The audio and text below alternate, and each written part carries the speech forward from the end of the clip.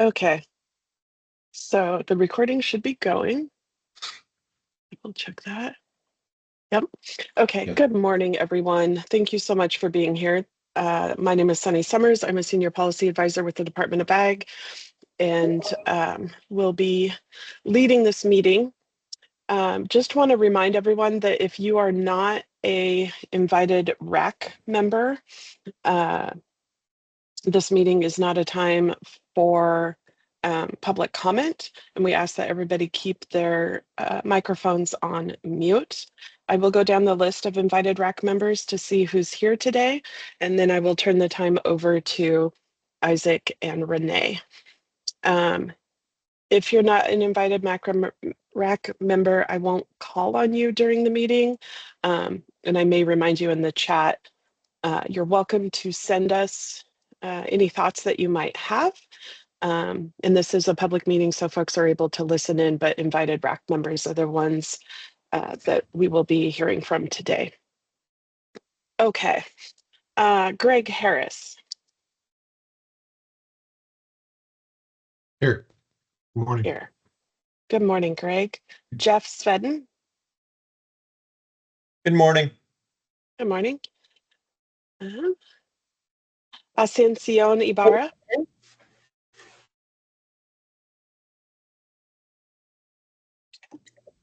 Eric Oram.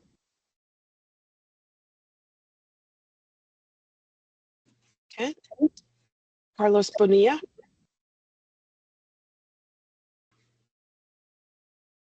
And I will say, if you are sitting in for an invited RAC member, that's a different thing. Okay. Please keep yourself on mute if you're not speaking. Bob Walder.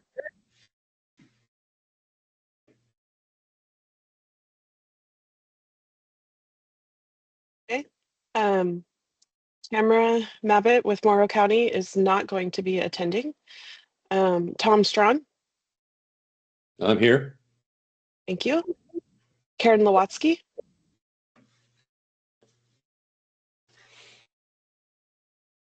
There's Karen. Good timing, Karen. I just called your name. Justin Green. Good morning. Good morning. Jose Garcia.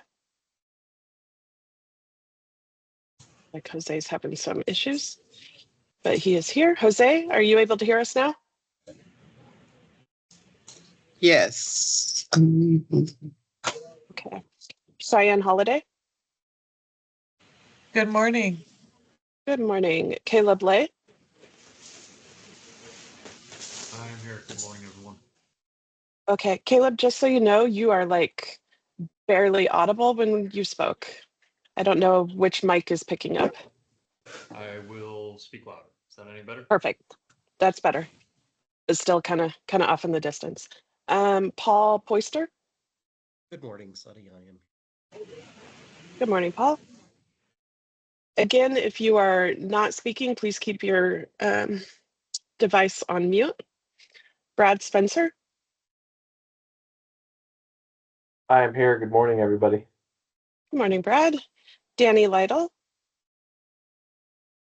Morning. Good morning, Danny. Mike Hyatt. Morning, everybody. Good morning. Treya. Hi, good morning. Good morning. Chris Cowitz. Good morning. This is Tessa Wilburn. I'll be filling in for Chris today. Perfect. Thanks, Tessa. And then Kevin Fenn with ODA. Hi, Sonny. I'm here. Awesome. Okay. Let's see. We did not pick up Eric, Bob, or Ascension. There's Carlos. Okay. Carlos is here. Good morning, Carlos. Good morning. Can you hear me? Yes. Sorry for the delay. I was having some issues with Teams. I did too this morning, so you're in good Okay. company. Awesome. Thank you. Okay. I will turn it over to Isaac and Renee, and we'll We'll be helping call on people when you raise your hand. Thank you. Thanks, Sunny. Yeah, so everybody should have received the agenda updated draft rule language, and we'll go through several sections today. But before we started, I did want to make sure to mention that at the next Board of Agriculture meeting, which is September 3rd through the 5th, I believe, in Klamath Falls, the board has asked us to present on the draft rules as they sit at that time. So we'll have this meeting and one more is what we had originally scheduled for the series of meetings to get through all the rules. I think because the board wants to hear about the rules in some level of detail and may provide some feedback to us in that process, that it would be good for us to, as a RAC committee, to have one more meeting following that, so towards the end of September. Sunny, Renee, and I will work on setting a date for that, but it'll likely fall into similar to like where these are falling at the end of the month of September. So if anybody has concerns or things around particular dates there, please let us know. Yeah, Danny? Will the Board of Ag meeting be streamed? Yeah, it's a public meeting, so it'll all be video remote option, or you could come join us in K Falls. We always like it when people come in person. Probably won't be able to make that. It's first week of school, but I can probably Yeah. hop online. That's fair. Yeah, so if there's any questions about that or any concerns about a particular date, but it'll probably, yeah, like I said, fall into that like last week of full week of September or something like that. So, yeah, Sunny. I was just going to say, once the Board of Ag agenda is set and we have the next meeting set, we will be sure to share that with everybody. Yeah. Perfect. That's all I had. So I'm going to hand it off to Renee to kind of take us through what the agenda items in those rule sections are, and we'll keep trucking along. Thanks, everybody. Thanks, Isaac. Good morning, everyone.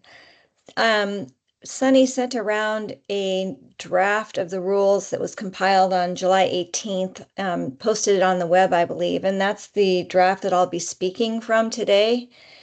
And I think we're going to go back through the annual nitrogen plan evaluation section in section 12. That's kind of where we left off last time, and we didn't make it all the way through.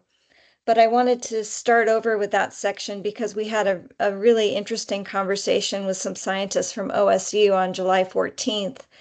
And subsequent to some feedback that we got in that call, I went ahead and amended the first part of those rules. And so I wanted to go back through that and show you what we did in response to that meeting with OSU. So does everyone have that draft, or has everyone been able to access the newest draft that was posted on Monday? Well, I'm going to go ahead and share screen in case you don't have it so that you can follow along with me.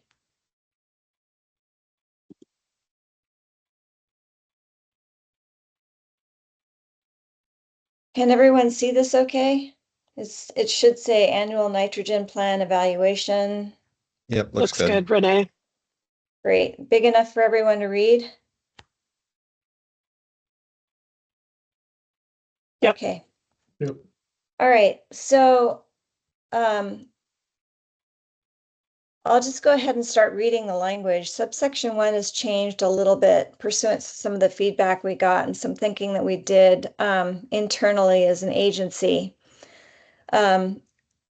But subsection 1 says a landowner is following an annual nitrogen plan if for each field estimated crop yields are obtained, post-harvest plant available nitrogen or nitrate levels are low or decreasing, and estimated nitrate leaching is minimized.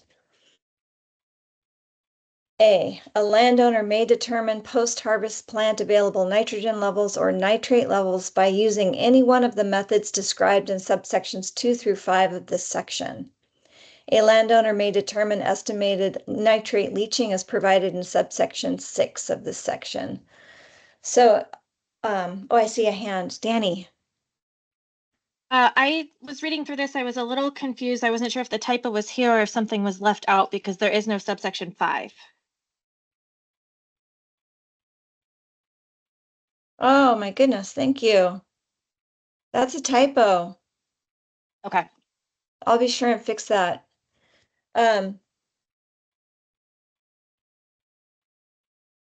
So going back to 2, as you may recall, there are 3 methods for determining whether or not somebody has, or that they can use to evaluate whether they met their annual nitrogen plan. The last section we had, you may recall in previous drafts, we had like this total kind of mass balance of, the first method was like a total mass balance kind of equation where you estimated your total nitrogen inputs and then you subtracted your total nitrogen outputs, and then you figured out what your environmental loss was. And so that was kind of, we talked about that in the last RAC, and folks really didn't like that method, so we just crossed it out. And in place of that, we adopted this new methodology, which is kind of like the mass balance equation from the last draft, but it talks, this was subsequent to our conversation with OSU, where they suggested that it might be a good idea to offer a methodology that takes into consideration all of the nitrogen inputs, and then you subtract the nitrogen removed, and you get some idea of how well you did with your nitrogen use efficiency. It's kind of a partial nitrogen budget methodology. So OSU is hoping that in the future, they can maybe even develop a calculator where people would just plug these numbers into the calculator and it would spit out an answer for them. And even though the research is not at that point yet, we thought that, ODA thought that for now we could at least try to articulate that partial nitrogen balance model in the rules. And then if folks do have the information that's required to conduct this nitrogen balance, then they can go ahead and use this rule. But if you don't have the information, you can use any one of the other 2 methodologies that are described in the rule for figuring out how well you did with your annual nitrogen plan. So basically, subsection 2 says that for each field, a landowner may calculate post-harvest plant available nitrogen levels as total nitrogen inputs, including inputs from irrigation water, if applicable, minus total crop in removal, including removal of crop residue, if applicable. So basically, the equation is total inputs minus total in removed. Total crop in removal in pounds per acre is calculated as actual crop yield plus crop residue, if any, multiplied by the specific nitrogen coefficient of the harvested crop. So nitrogen removed equals crop yield times crop nitrogen coefficient. Now we understand that in Oregon, there's not a lot of data about the nitrogen coefficient for the specific crops that are grown in the LUB. Hopefully, this will be developed in the future if this is a useful tool for the growers. But at this point, we're not aware of a significant data set that people could pull on. But the policy call is to go ahead and at least offer this partial nitrogen budget methodology to folks if they want to use it, or if they manage to develop the data that is necessary to use this model. So that's kind of a significant change that I just wanted to bring to your attention so you can take a look at it and noodle over it and comment on it. Subsection 3 is pretty much the same. A landowner may determine post-harvest nitrate levels using soil nitrate levels derived from post-harvest soil samples taken consistent with the soil sampling protocol in 14. Decreasing post-harvest soil nitrate concentrations may indicate that a landowner has applied fertilizer at an agronomic application rate and the risk of nitrate leaching is lowered. Increasing post-harvest soil nitrate concentrations may indicate over-fertilization, which may increase the risk of nitrate leaching. 4, a landowner may determine whether they have met or followed their annual nitrogen plan by determining whether they met or exceeded their estimated crop yield.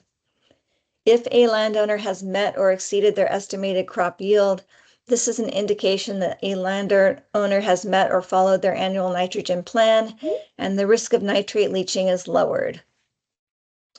If a landowner has not met or exceeded their estimated crop yield, this may be an indication that excess plant available nitrogen remains in the soil at the 12 to 24-inch depth, and the risk of nitrate leaching may increase. And so, as Danny pointed out, this should be a 5, and up above should be mentioning 2 through 4. So I'll correct those little typos. Sorry, guys. Subsection 6, which should be 5. For each field, a landowner shall estimate possible nitrate leaching by determining whether they follow the irrigation water management plan as provided in subsection 6. And as you may recall, that subsection talks about understanding what your soil moisture is before you begin an irrigation event, and then trying to match your irrigation quantities so that you do not exceed field capacity at the crop root depth. So basically, if you're not irrigating, if your field capacity is not extending beyond the crop root depth, then it's likely you're not leaching nitrate. So if one or more irrigation events did not result in the exceedance of the soil's field capacity, then the risk of nitrate leaching decreases. If one or more irrigation events resulted in exceedance of the soil's field capacity, then the risk of nitrate leaching increases. And Renee, I think this is a good point to point out that this section of the evaluation of the plan is for the grower to do their assessment. So this isn't a compliance point where the agency is doing this assessment and saying you're out of compliance for whatever reason. This is the checks and balances that the growers are required to go through for their own decision-making process. Absolutely. So this whole annual nitrogen plan exercise is intended to be an assessment tool for the grower, not a regulatory point. And so what we're hoping to do is have in rule these guidelines for growers to start really thinking about what their agronomic application rate is, so how they're putting fertilizer on the soil and how much is needed according to the pre-planting, soil nitrate or soil test. And then at the end of the season, really trying to get growers to assess, how did it go? Did you meet your expectations or not? And if not, why not? So that's all this is for. This is really an assessment tool for growers to get us all thinking about how to address the problem of excess nitrate in the groundwater. So as part of this assessment, a landowner shall determine and record in their post-harvest summary report whether their annual nitrogen plan was followed or not. And again, there will be worksheets that will help folks perform this exercise. And I see a hand up. Jeff. Morning, Renee. It was Good just a matter morning. of time. That's okay. So I just have a question. You start out with for each field, and I don't think there's been a change. Is it the requirement still that we have to do a plan for every field? Or can you remind me on that? Because if this is applying to large growers, my comment is if they have to do this for every field, the paperwork becomes so burdensome that they won't review it. Does that make sense? Absolutely. So yeah, if it it's totally like a makes sense. subset of fields, that might be more targeted. I don't know however you want to define that. I mean, if you like 10% of your acres of a management unit would be a good way to do it, I think. Or Okay. that's just what comes to mind. But yeah, so 1,000 acres is 10 fields. That'd be one. Well, if they're 100 circle fields, right? But yeah, that's my comment with this. I also would comment. It's nice to see that we got rid of not rid of, but the language changed, and it got rid of like environmental impact, and assuming anything that wasn't in there is immediately an environmental risk. So I appreciate that language change as well. Yeah, well, I think your point about the management units is a good one, and it's kind of been an ongoing discussion here, but we're trying to get it fleshed out. But I think that what you're saying makes sense to me. So hopefully I've been trying to amend that definition of field so that it can be clear, so that it can include management units. And I like your suggestion of 10%. That's really helpful. So thank you. Let me see. Karen? KL. I'm sorry. Karen. Oh, hi. Yeah, jumping on what Jeff said, if we're going to ask people, or if we're going to say only do a percentage of your fields, maybe we could ask people to, like on a yearly basis, rotate that so that you're not always looking at the same fields, but maybe you're sampling from different fields to get a sense of what the larger area that the person manages is. And that's just a suggestion, and I would totally stand down if, Jeff or some other grower representative person said that was unrealistic. But I would be concerned that you'd only be looking at the same area over and over again, and things could be happening in other areas of the managed area we're worried. So something like a quarter of all fields each year, with the expectation that after 4 years, 100% of fields have Sure, something like that would then, something that would eventually lead you back around to that first set of fields, so you could be, rotating through. I think that could be helpful.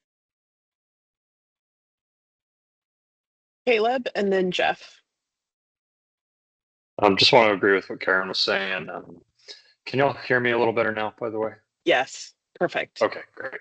Agree with what Karen was saying, and want to elevate, like, I would want, if we're going to do that rotation, for us to be able to get back around all the way to those original fields within a pretty tight time frame. So I'd prefer something like 25% to 10. Not seeing the same field for another 10 years. I don't know that, we want compliance. We don't want to make this overburdensome on producers, but we also want the data to be useful as it's coming in. Thanks, Caleb. Jeff? Yeah, so Greg, maybe you can speak from your thoughts. I actually have the opposite idea because if you're rotating fields, you're not seeing the benefits of your rotation. For example, crops, like there's intentional decisions to grow wheat following high, crops that you apply more nitrogen to because they're a scavenger. So if you're rotating every year, you don't actually see the advantage of your rotation. So you're like, oh, this is just a snapshot of potatoes. We don't actually see the benefit of the agronomic other agronomic downstream agronomic decisions. So I kind of like the field staying stationary because you see long-term trends. And I think, if you're just looking at a single season, I think you can, I just think you're seeing a different bias than if you're moving your fields around. I think you're going to get biased data either way, but that's kind of my thoughts. Greg, I know farm as well, so we might have a different flavor or comment on that. So before Greg goes, another thing to consider is section 8 or subsection 8 there. If you're rotating, it limits the applicability of 8. Because your 8 is to look at, like, was there changes, and year over year, do you need to make additional adaptive management changes based off your evaluation?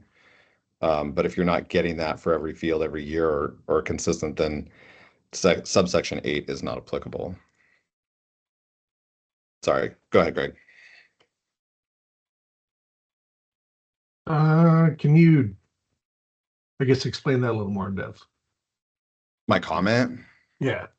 Well, so the way subsection 8 is built, right? So you do that plan evaluation, and if everything looked good, there's no change. But if in year one, like, oh, maybe I might have had a little bit of loss, or like I had some issues that were identified, crop failure, whatever it is, right? Like year one, you do that assessment, like, okay, I need to make can you scroll down a little bit, Renee? So you would follow, right, what it says in year one. Then if the next cycle you look at it like, oh yeah, we still have problems, with whatever crops are in there. I'm not hitting my targets or my plan's not right. So, right, it builds on each year of your evaluation of that field. But if you're only doing it 1 year and then you skip a couple of years and come back to it, this doesn't really fit.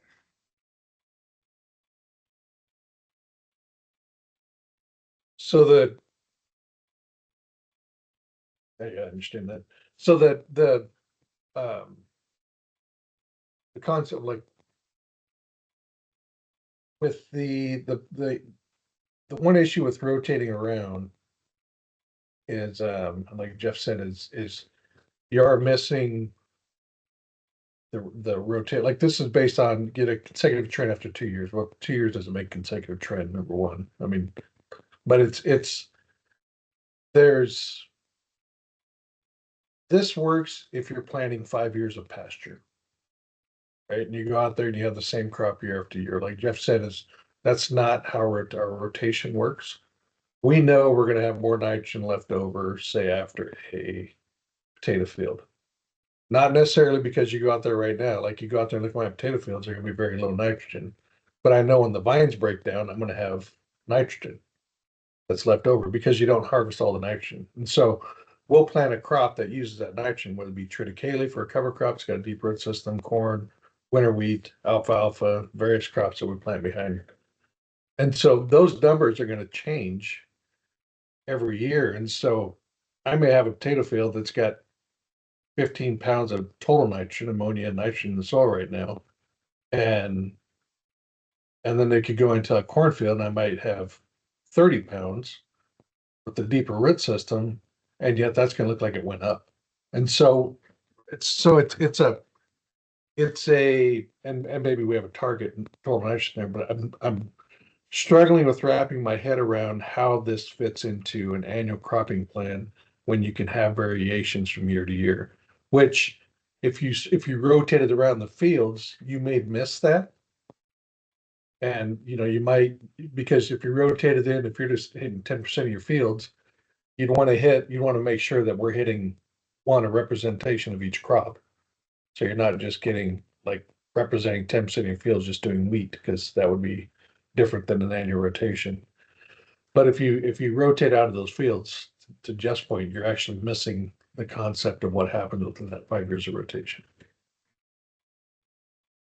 So that that makes me like come back to, so Greg, from your description, it sounds like, right, you guys are already looking at, the potato field, you're coming out with higher, and post that you're coming back in with a different crop, like in that rotation, you're already doing that field by field assessment for how you're planting out the multiple crops in a given calendar year, right?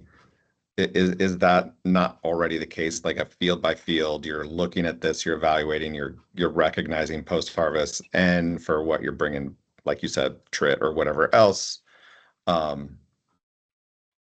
So is there changes to the way that this is set up in terms of like each field or in the way it's described that would make more sense? Only in the amount of paperwork and how it's set up. I mean, it's you could certainly do like a management plan based on crop. Makes complete sense because that's how we do it anyway.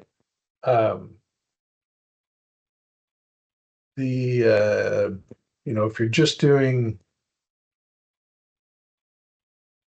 I'm not sure. I mean, I'd have to think about that a little bit. Isaac, how If I may, I mean, kind of the way that it was set up, or the thought pattern behind drafting this draft was that people would be looking at this kind of more at a management unit perspective. So you have a management unit and you would be evaluating, you would create your annual nitrogen plan, and then you would evaluate your annual nitrogen plan by management unit, so that you had a good snapshot of how you are managing each crop with regard to, residual nitrate. So that was kind of the thought, that somehow everyone would tag, every year, all of their management units. So instead of thinking of, fields per se, you would be thinking about that unit where you have like similar crops, similar irrigation, similar fertilizer regimes. So I think that was kind of what led to the thinking behind this draft anyway. I think we'll have to think carefully about this rotation idea.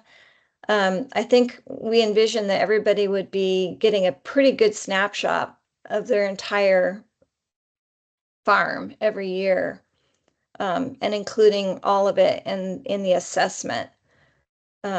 So I hope that helps kind of illuminate a little bit of the thinking behind this structure.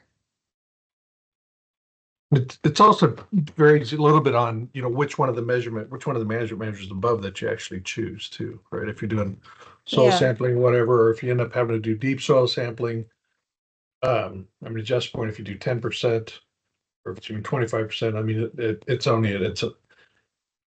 you can get a very good feel of the management plan, or the management measures and how those are working, and especially if after 5 years, or when the soil sampling comes into place and you have to do that, you're not out there having to do either the deeper soil sample or the sample of 5 years on every field if you can limit it to a management unit.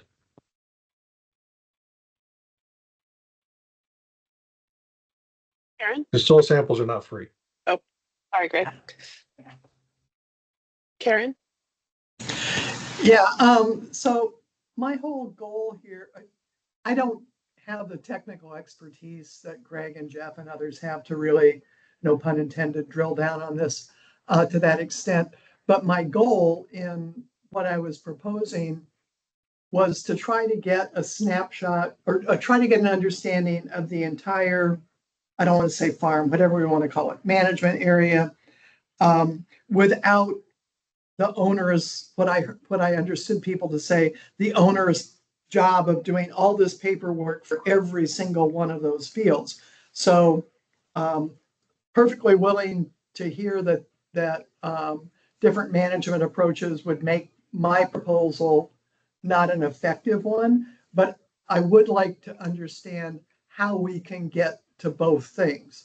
On one hand, the sort of more deep information that Jeff and Greg are talking about, and in my the more kind of broad brush, looking at the whole thing. Is there a way that those two things can meet up, or are they kind of almost mutually exclusive and we just have to kind of go with that? You know what I'm asking? I think so. I mean, I think the intent is for the grower to understand each field or management unit, and maybe that's how we can do it, is define field and then define management unit, so that the grower can use whatever definition works best for the land that they're managing. But I think the intent is to have a big look every year at the entire irrigated agriculture, the entire irrigated acreage. Right, and we're not trying to propose something here in an evaluation, like those options that isn't useful to growers. Like that, the whole point of this, again, is this needs to be useful to the growers. The whole reason it's here is to ensure, basically that people are doing the evaluation and that we can be assured that they are, because they're going to comply with like this section of rule, but it's not a regulatory point. So we don't want something in here that's not useful, that is overly burdensome. But so we do have to kind of strike that balance to what Karen's talking about. Like how can we as a state be assured that growers are doing this evaluation and being very thoughtful about their process and nitrogen use and impacts, and then not putting too much burden on them in terms of like the paperwork and all of the soil sampling and the costs, which we'll obviously get to as part of this rulemaking of the impacts of these to the regulated industry. But so yeah, again, like we can keep talking about this section for sure because we want to make it applicable and useful. Jeff? I mean, I think farmers are pretty smart. Do you have to tell them how the fields to sample? Can you just say sample X% and then they figure it out and figure out what's useful and what would make, I mean, I understand you guys want to get a snapshot when you go visit, but I don't know. I think farmers should be capable of, if I am going to be, this is an environmental problem we have to figure out and I want to know what I'm doing and I'm required every year by ODA, let them kind of set up their own system. I mean, and then you guys are just telling them how many fields or whatever, or how much of a management unit or whatever, and then they're figuring it out. I mean, does it have to be as standardized as defining for the farmer how to do it? In terms That's of my which comment. fields, is that what you're saying? In terms Yeah, of which like fields? if one farmer wants to rotate fields, he can rotate fields. If another farm wants to choose the 5 fields or whatever he wants to do, then he just monitors those fields. I mean, I don't, I guess my comment is I don't think we have to tell the farmers how to do it. We just tell them what % of their fields to sample or to write the plan for. That's my comment. Thanks, Jeff. Danny?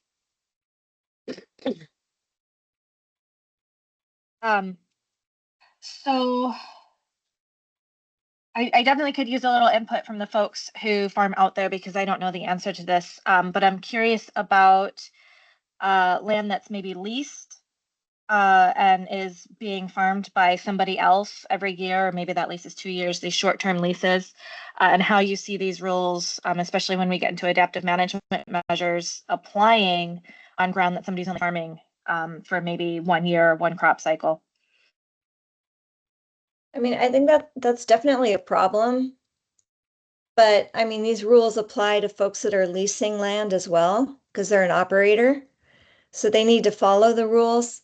But as to your point about somebody who's there for just 1 year and then leaves, the next person is going to need to follow the rules, and there's not going to be that same continuity for sure.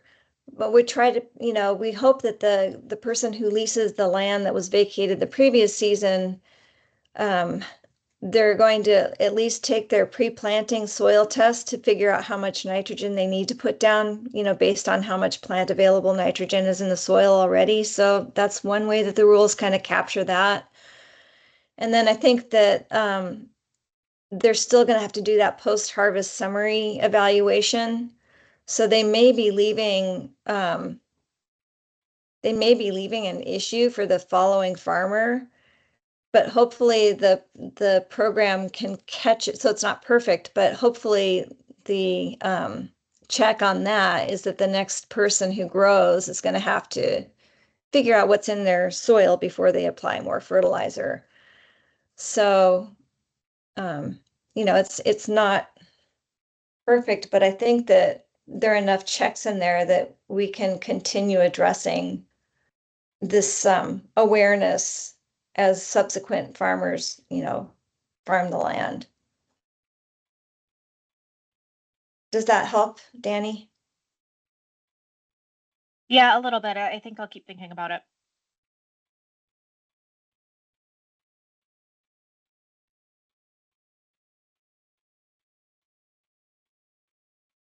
Caleb? Thanks for the conversation around this, everybody. My only concern with, making it say 10% of fields and allowing it to be the same fields every year is that sounds to me on its face like kind of a gameable system. And, farmers and growers tend to be honest people, but humans are humans, and we can be a little squirrely sometimes. In these rules, I just think we want to have some sort of a check and a balance against that possibility, which is sort of my own thinking, at least around the moving from field to field. Agree that we want to be able to catch the rotation of the crops, things like that, see the life of a field over time, but it would really make the hair on the back of my neck stand up if we were just to allow for the same fields every year and never capture some of the others. Except I think the intent is to capture all your fields that, you know, in this look back. So you're supposed to be capturing your entire irrigated system. So the intent is not to leave some out. The intent is to look at everything once at the end of the season. I also want to say, so if section 12 is really for the grower, right, to look at and get an assessment, this isn't for us to get an assessment of all of the land over time really in this area. I mean, theoretically it would, but section 15, where we're talking about soil residual or residual soil nitrate levels, where we're having each field sampled once every 5 years at that deeper depth for what just kind of a trend line. That one, it does give us that broad look over the entire area. So if you're looking at the two different purposes of those separate sections, just wanted to flag that for folks. Go ahead, Jeff. Yeah, I guess Renee's comment there kind of confused me, because isn't the section 12, the way it's currently written, requiring us to soil sample every field at the end of the season? My comment is, my comment is, do we have to sample and do we have to do all this paperwork for the every field? Or can we do that for the subset of fields? That's what my comment is, because the way it's currently written is for every field. You sample every field, right, beginning and that's what that's what my comment is sure, that's like Greg's comment, soil samples aren't free, especially if you're sampling multiple depths because of the crop that you're growing. And then the amount of paperwork for every field for large farms, I think, will become so big that the look back isn't effective, just because there's so much. So that's what my original comment was this is a lot of sampling if you're doing every field, and this is going to be a lot of paperwork for some growers, to where it's like it just becomes a paperwork exercise rather than a look back. yeah, So I yeah, guess I just wanted to clarify that's what my comment was about. right. And I think it's a good one. And I think that our thinking was, do we capture this at the field level? It sounds like that's really impractical. Or do we capture this at the management unit level, which I think is more what you're saying. And so if we say field or management level, field or management unit, then the grower can decide which is more practical, either field or management unit. And if the management unit is the more practical unit to evaluate, then the intent is that the grower would evaluate the management unit. The intent is that the grower evaluates all of their irrigated acreage every year somehow, whether they define it as a field or as a management unit. Okay. If I hope I'm communicating clearly on that. Yeah, that makes sense that you were defining that as a management unit, because if you're defining it by a field, that is very different than defining it as a management unit. Yes, I understand what you're saying. Yes. So just to be clear, though, the way the rules are currently drafted, it is field is the unit. Yeah. We don't have a management unit. Even looking back up in section 10, when it talks about the plan contents, it's talking about each field. So if that shifts in terms of how we think about management units and fields, we'll have to go back and make sure that's consistent throughout, like in 10 and other sections. Yeah, and no, I think yeah.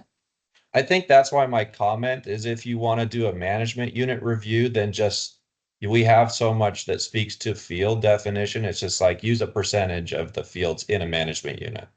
I think that's why I threw out percent of fields, is it's an easy way, I think, to tie that together.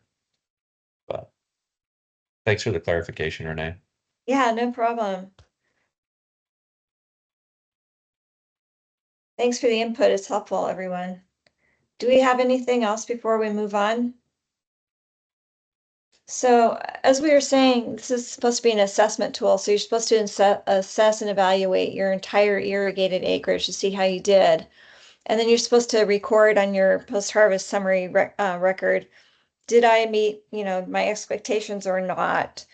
And if I didn't, the adaptive management measures in table 1 are supposed to help you figure out how to fine tune your plan so that you do better the next year. So for example, if you met your plan, you don't really need to change your current practice. You just need to keep developing your annual nitrogen plan and keep evaluating it. If you don't meet your plan on year 1, then the rule is asking you to document the reasons for not following your plan in the post-harvest summary record. So maybe you had some mishap or drought or something happened and you didn't meet your estimated yield or what have you. And then reevaluate your nitrogen plan assumptions for estimated crop yield, nitrogen volatilization, mineralization, and other sources of nitrogen. Verify actual agronomic application rates and recalibrate application equipment as necessary, and review your irrigation plan to prevent over-irrigation. So these are some of the things that we are suggesting that the grower do if they don't meet their plan in year 1. In year 3, if you're continuing not to meet your annual nitrogen plan, then you need to continue the actions that I just read to you, and then also document reasons for not following the annual nitrogen plan in the post-harvest summary record. Adjust nitrogen application timing so nutrient availability aligns with peak crop update. Collect and analyze additional fall soil samples at the 2nd foot depth, so from 24 to 36 inches. If in year 4 you're still not meeting your plan, then you need to do everything you did in year 1, 2, and 3, and then in addition, reduce your nitrogen application to the fields and hire a professional consultant to develop an annual nitrogen plan and application rates. In year 5, if you're still not meeting your plan, then you need to do everything, all of the above, plus you need to assume that there's no nitrogen losses from denitrification and volatilization for all fields. Enhance your nitrogen removal via cropping and reduce your nitrogen application amount to the field. And I see some hands, so I'll stop. Greg. So when I'm taking a soil sample, I would consider 24 to 36 being the 3rd foot, Oh, okay. Thank you. not the 2nd. Thank you. So if it's 2nd foot, you'd be 12 to 24 instead of 24 to Okay, 36. right. Okay, I appreciate that. Thank you.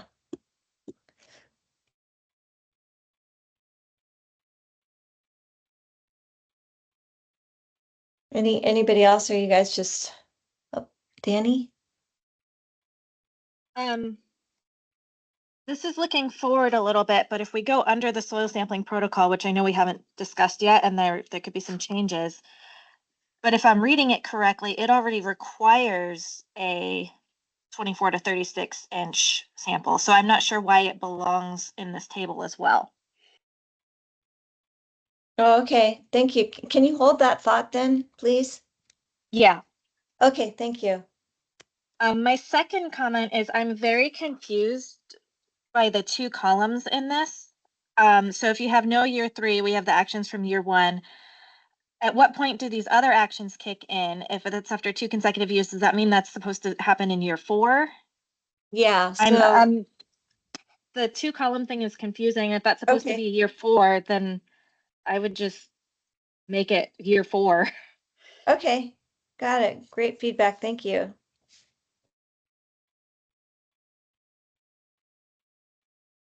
Okay, that's helpful.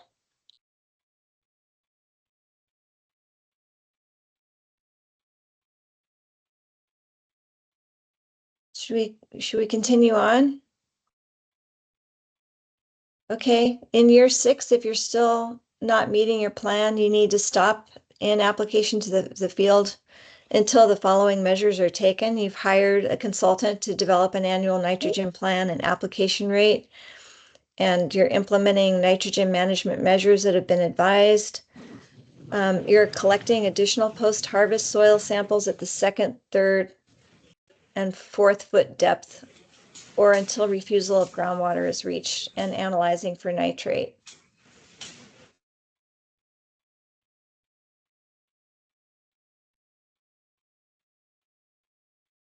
Did someone have their hand up? I'm not sure.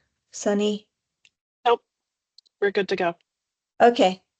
Greg has his hand up now, though. Oh, Greg. Sorry. So a couple things. One on the informing the action plan, we can use a self-certify, right? You can have a certified crop advisor. I just want to make sure that, like, if you have a certified crop advisor on staff, or we hire a professional, just so we understand what the definition of that is. It hire or utilize? Can you say Okay. utilize instead of hire? Sure. Yeah, and I think we'll hopefully yeah. get to the certification section today. That's in 14. I just want to make sure we're not, because those kind of contradict each other a little bit. Sure. And then yeah. on the adaptive management measures, maybe I'm reading this, or maybe I missed where it references table 1 above. But on section, where'd you go? In 4B, is the plan just kind of laying out the language above the colored? Is it just referencing that? Because 4B already, like, it references if a landowner is not met or exceeded their estimated crop yield, this may be an indication, and they're doing a 12 to 24 foot depth. So they're looking at the 2nd foot. Where does that fit in with the table below on the adaptive management measures? Because in year 3, you're having the 2nd foot, so basically 12 to 24. I guess I'm trying to, which one overrides each other? And in which year? I think what this section is saying is that if you're not meeting or exceeding your estimated crop yield, then this may be an indication that you have excess plant available nitrogen in this kind of upper 2 feet of your soil. And that if you do, then the risk of nitrate leaching increases. So can the same samples suffice for year 3 and for section 4B?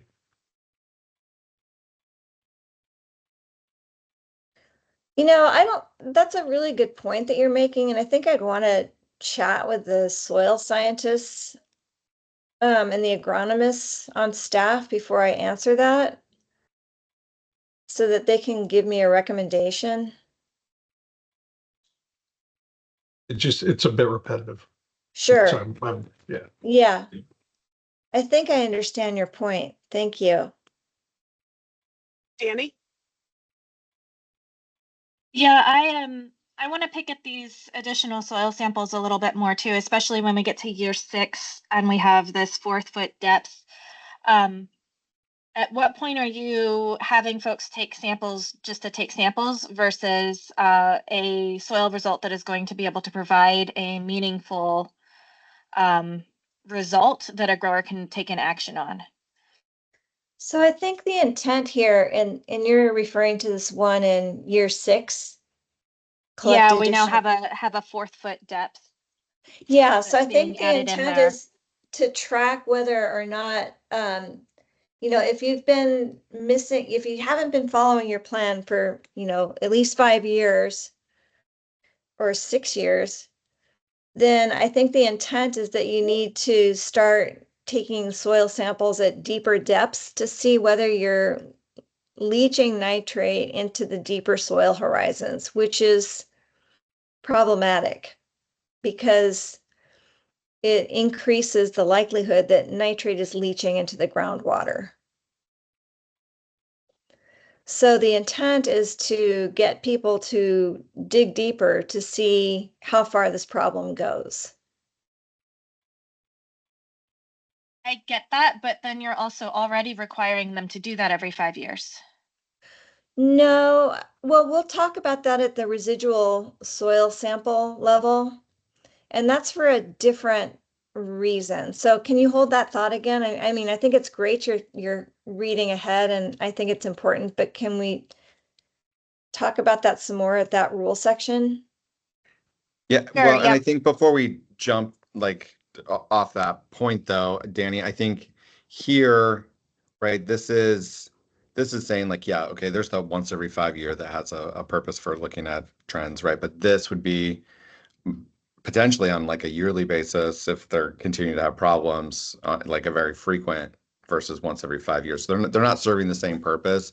They may fall into the same time frame if you have issues and requirements that would line up, and so maybe that sample fits for both. But they're two different kind of purposes. But I do get your point. Like, when is it actually useful? How useful are these deeper soil samples to the grower to make a decision to fix the not meeting their estimated plan and potential yield or nitrogen loss? So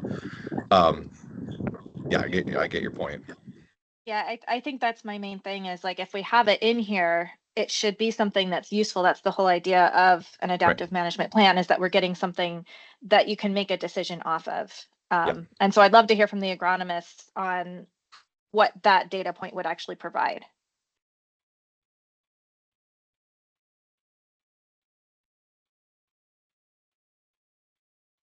Okay.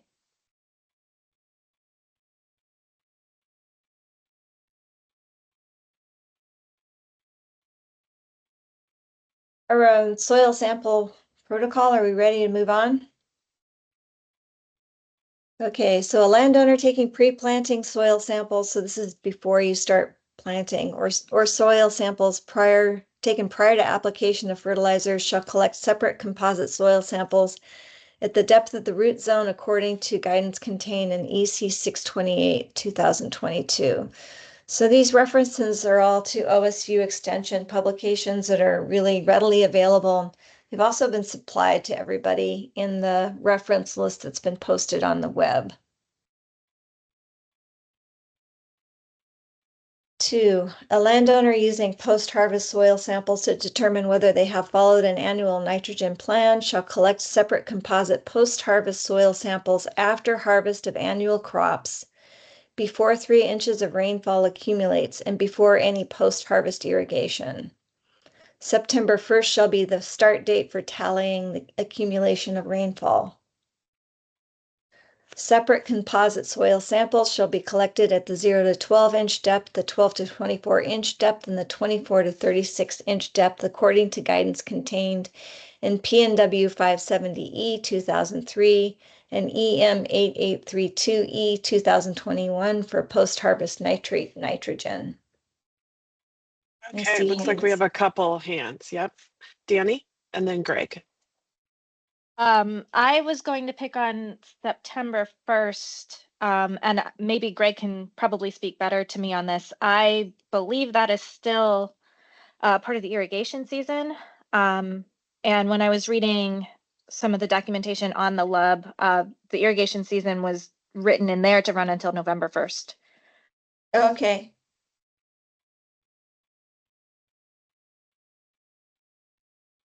So is it a 10/31 date for the end of irrigation season then? I'll let the folks farming out there speak to that. We need Chris. Yes, that's correct. Okay. All right. Thank you. Go ahead. Go ahead, Greg. I was gonna, Danny hit it before I did on the September 1. September 1 is, yeah, you're still well into 2 months into the farming season, and we still have crops growing on September 1. So Okay. But then, Thanks, Greg. okay. Brad. just something that I saw. So, in the verbiage here, if you say, it says if the soil sample is taken after 3 inches of rainfall, so you're requiring 1 foot, 2 foot, 3 foot, and then you are requiring that a 6 foot, there's no, that 72 to 84 is 6 feet, not 5 feet. Should be 48 to 60 if it's 5 foot. It just skips the 5th foot and goes straight to the 6th foot, is what I'm saying. Okay.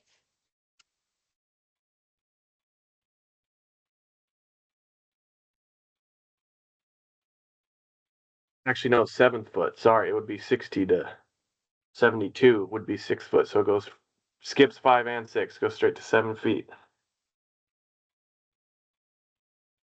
Good catch. Thanks.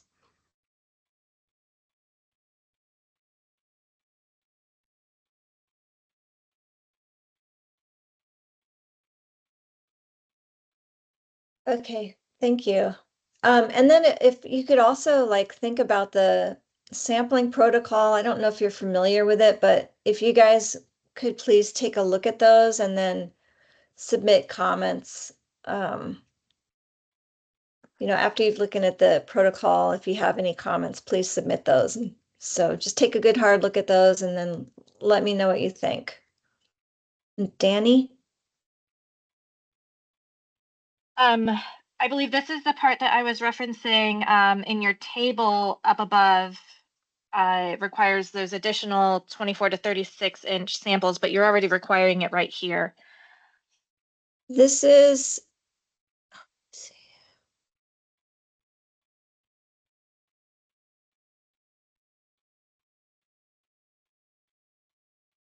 Yeah, I'll have to read that again because I'm sorry, I'm getting confused. I'm trying to remember. I'll look at that again, Danny. I think that's a good comment. Thank you. Sure, thank you. All right. 3 to determine, oops, sorry, Greg. Sorry, I jumped ahead of you. The number 4 there, Yes. the laboratory accreditation. Yes. So the lab we've been using for the last 25 years for all of our ODA samples, CAFO samples, all of our DQ samples are NAPT tested or credited by that, but do not have the PAP test, which is not required. That's a voluntary assessment. It's not Okay. even, it's required by NRCS for some states, not all states. So Okay. that's asking for a higher accreditation than and actually a voluntary accreditation than what we currently use and have used for the last 20 plus years to meet Oregon State standards already. So you're suggesting just put a period after NAPT? For my results, Jeff, for some, he may have a different opinion, but for me, that works. Seconded. I like the period after NAPT.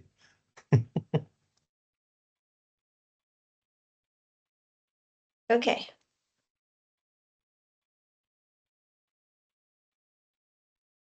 Okay, so I'm sorry, I didn't go into 3. So to determine soil nitrate residues as required in the soil nitrate residue rule, a landowner shall collect separate composite soil samples after harvest of annual crops and before 3 inches of rain accumulates. September, well, this is the same problem with the date. But basically, this is the protocol for testing residual soil nitrate levels. And those deeper soil nitrate levels are going to be used by the department to evaluate the efficacy of this large irrigated lands program. So that's like a separate metric. This is something that the residual soil samples are going to be looked at by ODA so it can evaluate how well the program is working. So I could skip right to that rule right now if you want to, Danny. Would that be helpful? I would say just keep going in order. Okay, just thought I'd check in. All right, so this next section 14, oops, hi Jeff. So we've referenced soil sampling protocol throughout the document quite regularly. Is this referring to like your annual soil samples, or is this the once every 5 years samples that you were referencing before? I guess I'm It includes confused with both. that. Yeah, it includes both. So subsection 1 is for the pre-sample, the pre-planting soil sampling. Subsection 2 governs your post-harvest soil samples. Okay. Subsection 3 governs the residual soil nitrate levels that ODA will be using to gauge the effectiveness of the program. Okay.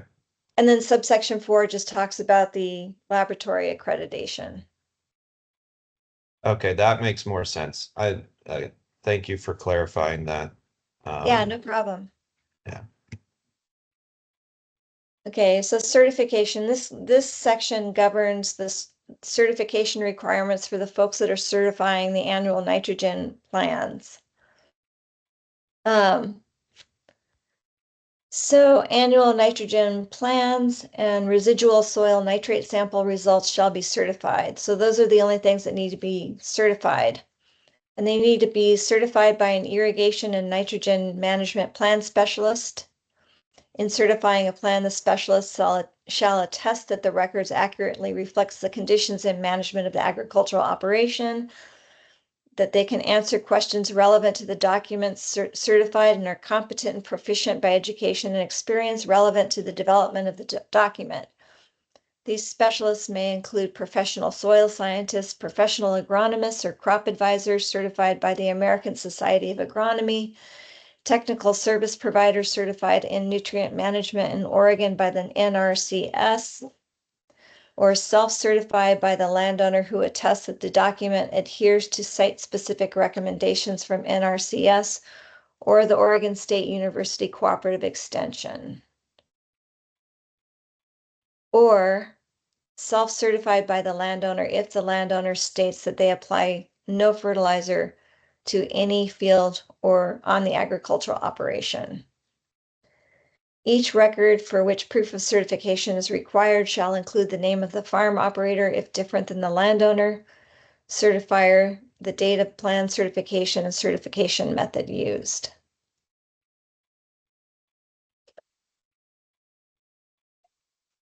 Kevin? Hey Renee, this is Kevin. I just realized in B, in other sections, I think we switched to using land grant university. Do we need to change that from OSU extension, cooperative extension to land grant university, or is this a different type of reference? So this was inserted at the recommendation.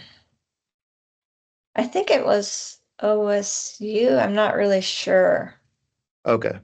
I'm good either way. I just wasn't sure if we Yeah. stuck to the But other I mean, references we I changed. mean, I don't know. What do you guys think? Do you think it would be good to reference land grant university here or Yes, Oregon State? Yes? Okay. land grant is Include, Washington okay, State University may have some very good data from right across the river or whatever. And it shouldn't okay. just be limited to Oregon State.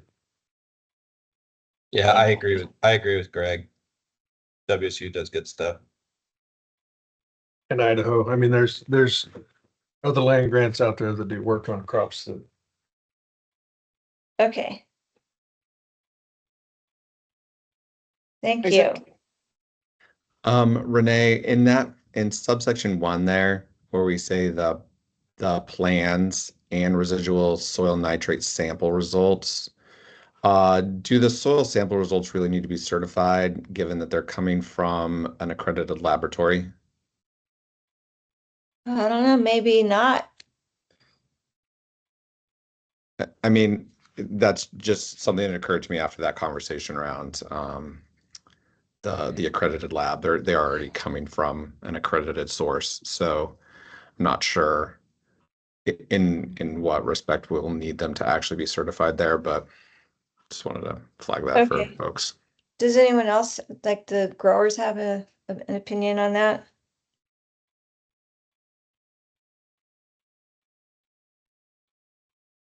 Okay, let's hear from Danny. Hey, Renee. I wanted to look at section 1B and the self-certification by the landowner. This to me reads as though you still need to have somebody come out and provide a site-specific evaluation for each of your fields or management units.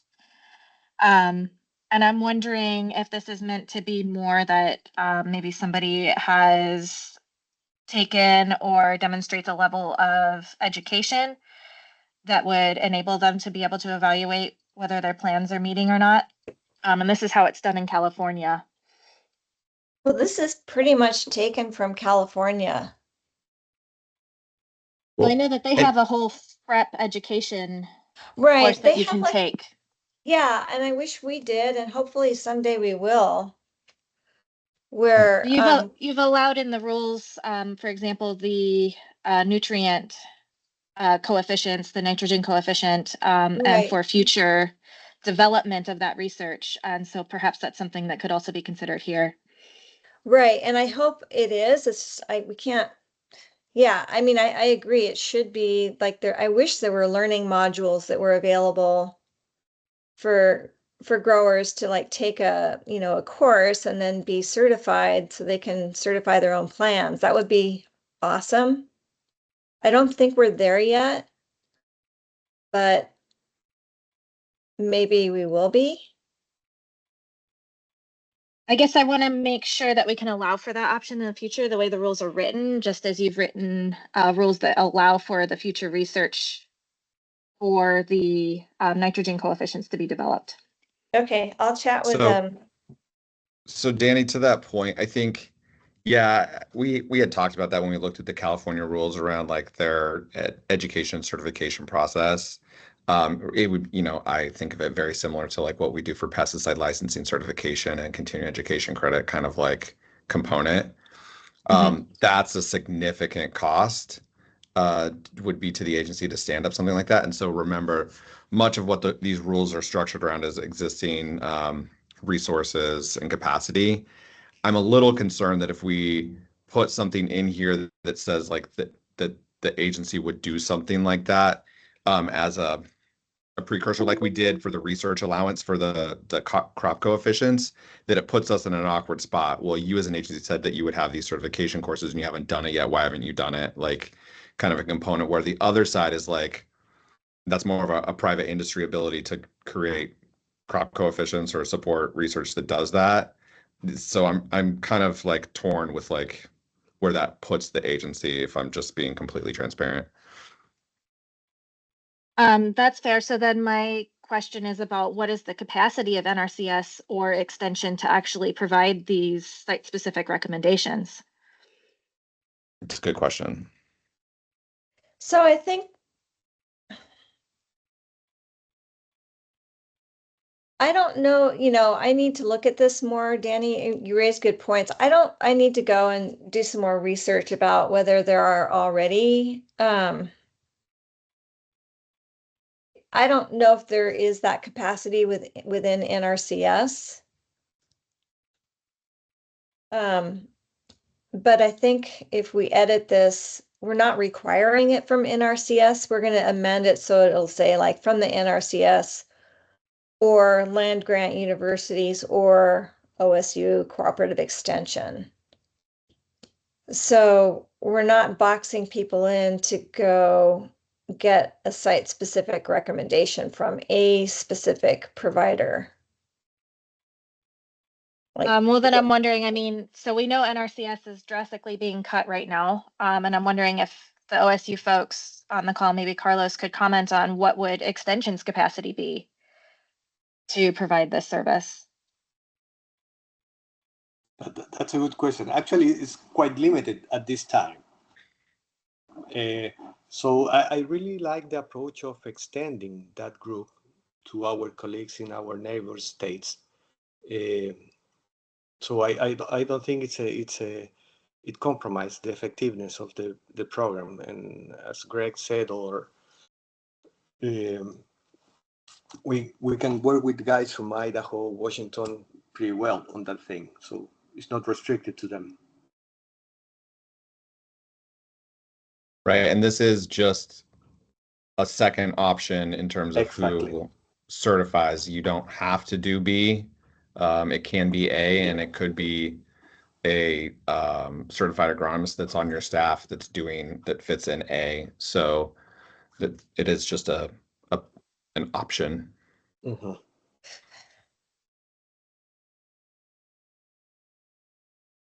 Thanks for the discussion, guys.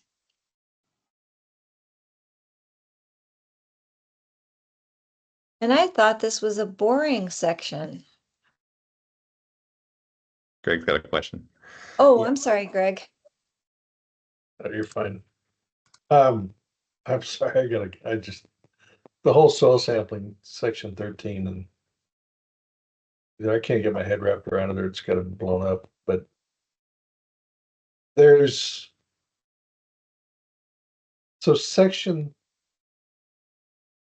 I get number one, a landowner taking pre-planned soil samples, application, blah, blah, shall collect separate composite samples of that red zone. Section 2, a landowner using post-harvest soil samples to determine whether they've followed an annual nitrogen plan, which is allowed per section 12(3), right? That's going back up here. Yeah. Yeah, so Yep, per that's correct. that section, we're allowed to do either post-harvest soil samples, or you can determine based on crop yield, or you can determine based on crop coefficient. So you have three choices, which is great. And so, but the landowner that chooses to use soil samples as opposed to one of the other methods then has to collect separate composite post-harvest samples after the harvest annual crops before 3 inches of rainfall. So I think we've agreed that September 1 is an issue. Mm-hmm. And before any post-harvest irrigation was added in, which I think that needs to be adjusted before, and providing post-harvest irrigation does not exceed field capacity in the red zone, because I don't know if you ever got out and tried to pull a soil sample after a wheat field. Good luck. Unless you're using an auger, you're not going to pull a sample out of a wheat field unless you apply post-harvest irrigation, because the ground is so hard Okay. that you physically can't get a soil sample, a probe into the ground.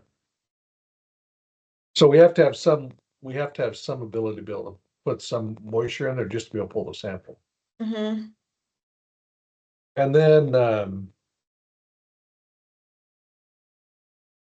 And then those samples are then required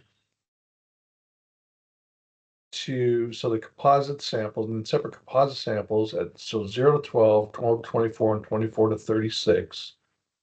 The way I read that is regardless of crop. You're taking a 3-foot soil sample. And then if the soil samples take up 3 inches accumulated, then to the point said earlier, now all of a sudden you're taking a 6-foot sample. Yeah, that's if you're taking a sample after 3 inches of rain. Correct. Yeah. And again, we got the problem there in section 3, the September 1. Yeah, that'll change. Then you got, and then determine as required in the soil nitrate rule. You've got in section B above it, 7284, then section 3 determines soil nitrates before 3 inches. September 1 should be the start date of accumulation. And separate composite samples should then be collected at 36 to 48 inch according to guidance. So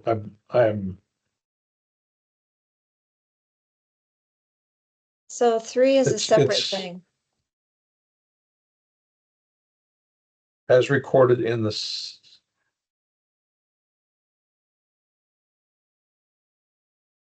How is that separate?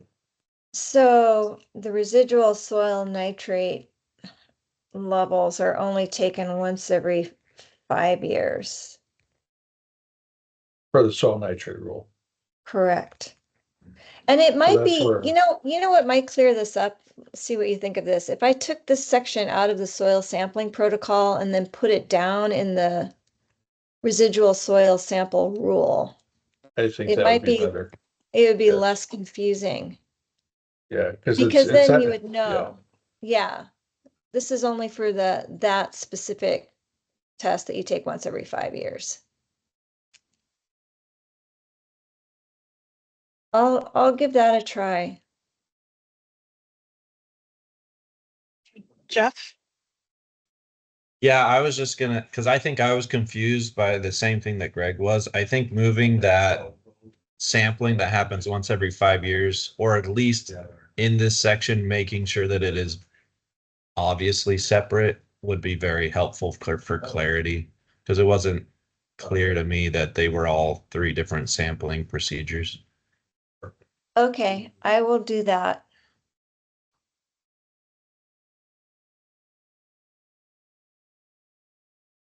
I do just want to also flag time for everyone. We've got about 7 minutes left. Oh my gosh.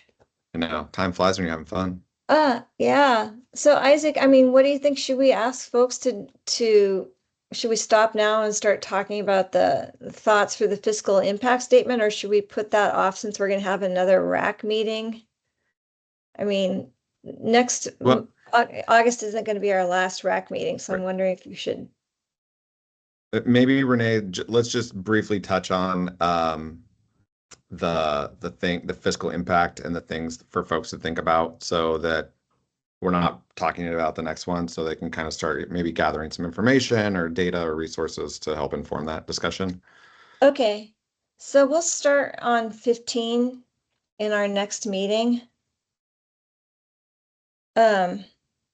Because it's a good place to stop, because we're not talking about a grower assessing their own performance. We'll be talking about how the ODA is going to assess the program. So it's kind of a different thing altogether.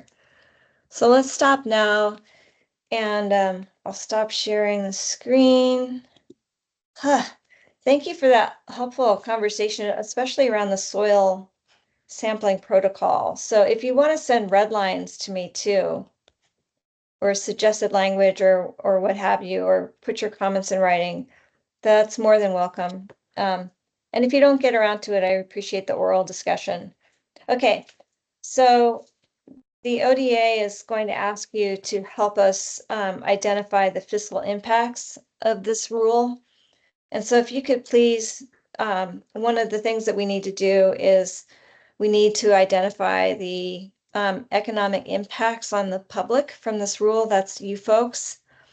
And so we would like you to start thinking about how these rules would impact you financially from the current status quo. So use the current status quo as your baseline, and then think about what the economic effects would be from these rules.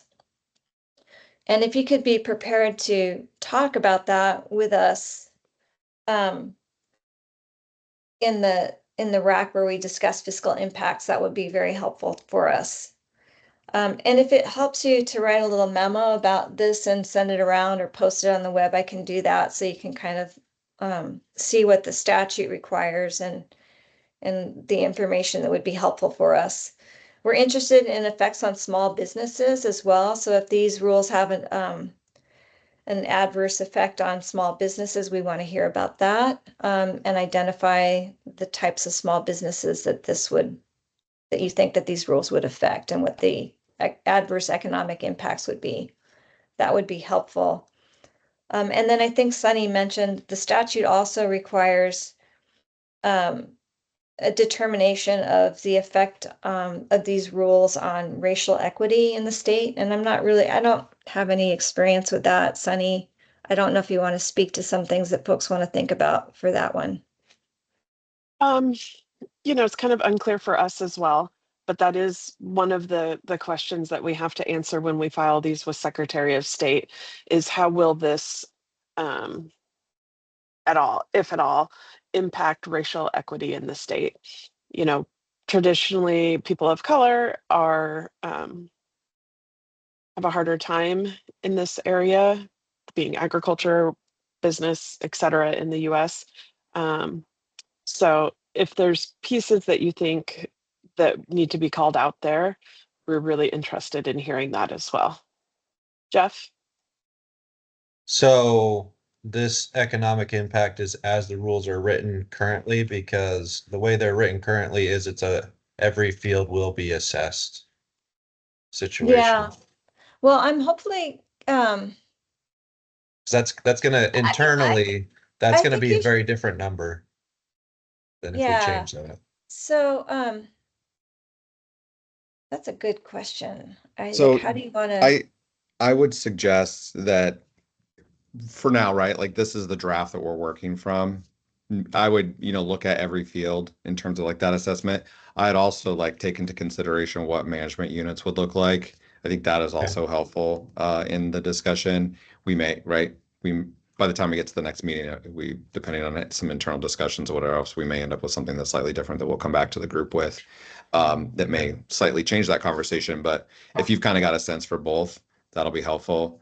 On the racial equity kind of side of things too, think about right, the population of that region, people, not only the compliance part of these rules, but how these rules will impact the community. I think that is also a very important aspect to think about when we're thinking about rules and their ultimate impact. So kind of hold those, and if you have thoughts about them, bring them.